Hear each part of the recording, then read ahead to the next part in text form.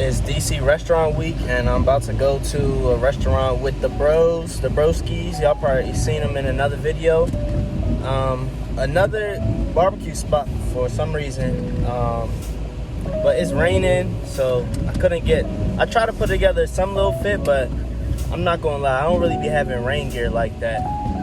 So hopefully this experience is as good as the last food outing.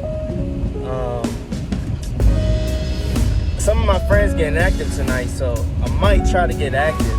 Bro, what are you doing? Yo, people cannot drive as soon as it gets a little bit wet outside. I do not understand it at all. But hopefully this is a good vlog, you know. We down to get some good food. It's restaurant week. It's not even a big deal, but slight little deal. I think they got a deal for like $55 per person, but you know, you get like 2 appetizers, you get the whole like 3 or 4 meats or whatever. So hopefully it's good.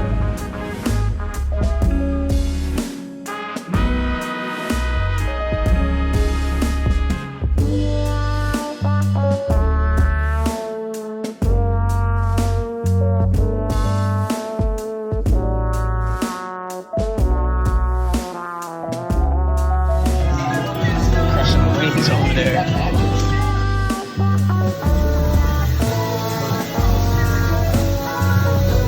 Look at this bomb. Looking at the cheese.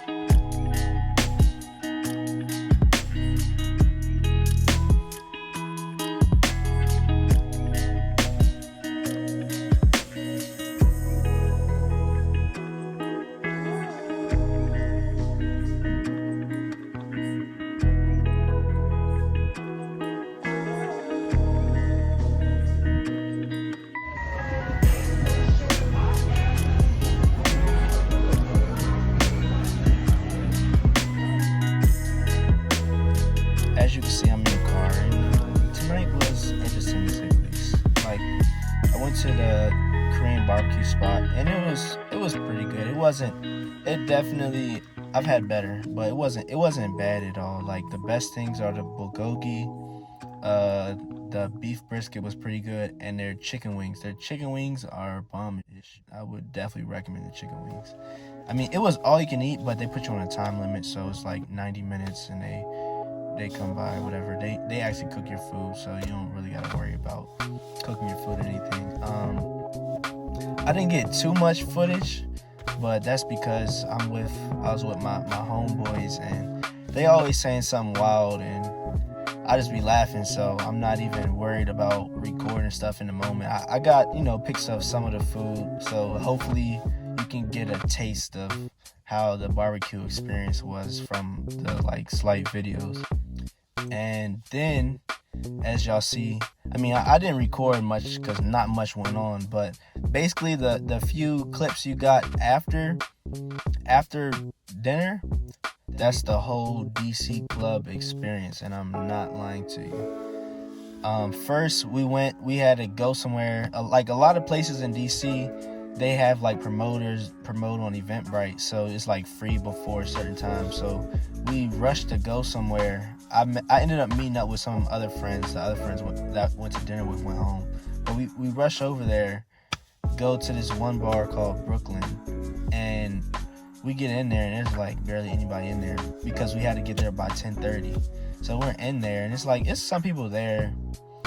You know, I got a drink just so I don't get too bored, but it's like nothing going on. two of my friends both had their cousins in town, and they were trying to show them a good time. It's like, yeah, this is the scene, and they're like, oh, it'll get better after 12, it'll get better. And in my head, I'm like, I don't know. Like, we said that before, and it's never what you expect, to say the least. So we go there, we leave, and we're like, okay, let's try this next place.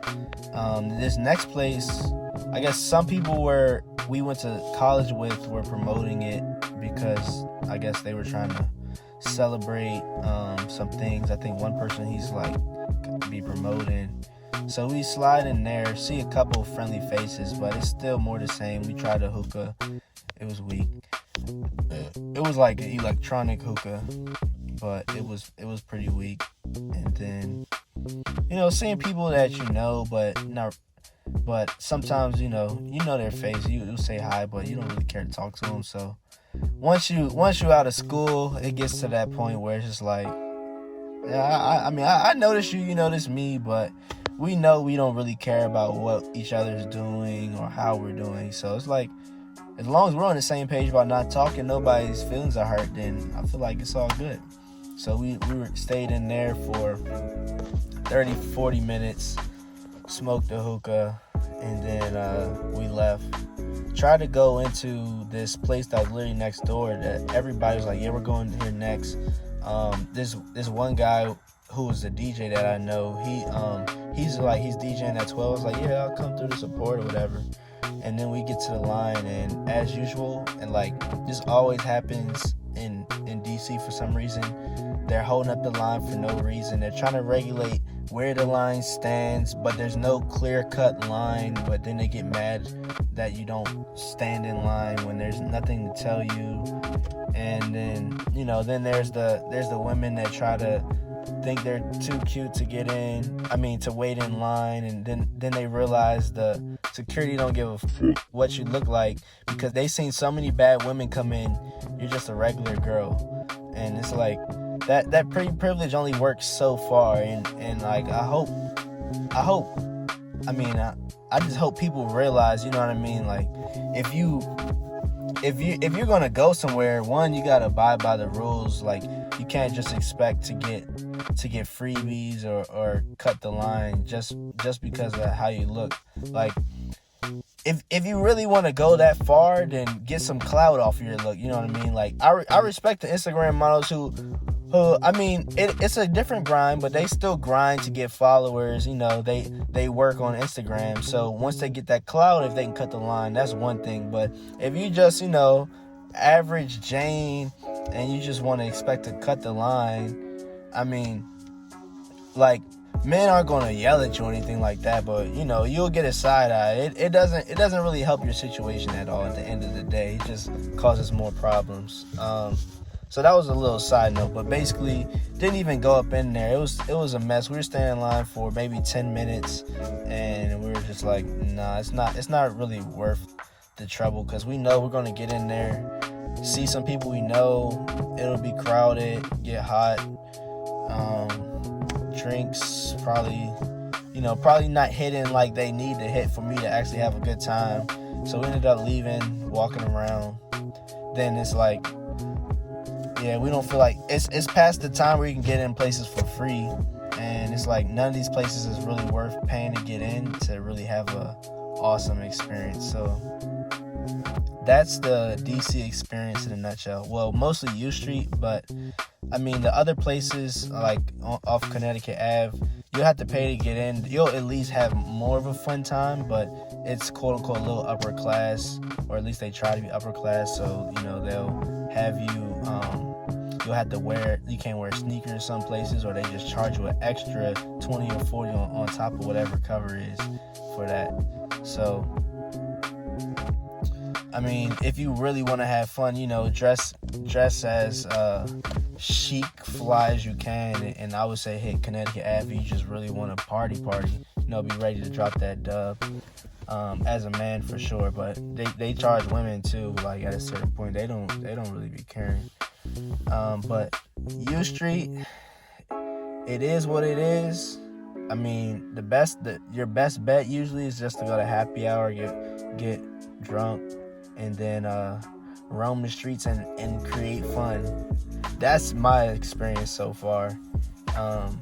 Maybe when I live in the city, I might find some new spots or something like that. But for now, ever since I've been 21, it's just more the same. So now you understand why I just be in my own lane.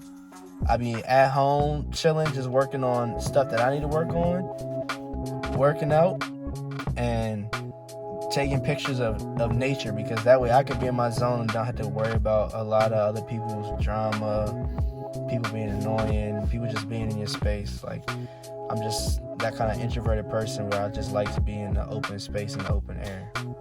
And that was a long rant. This went from Korean barbecue review to a review of DC Nightlife all in one. So I don't know how I'm gonna frame this video. Will definitely be a quick video, but I hope you learned something from this. If you didn't learn something, I hope you can relate to it. Like the video, and good night.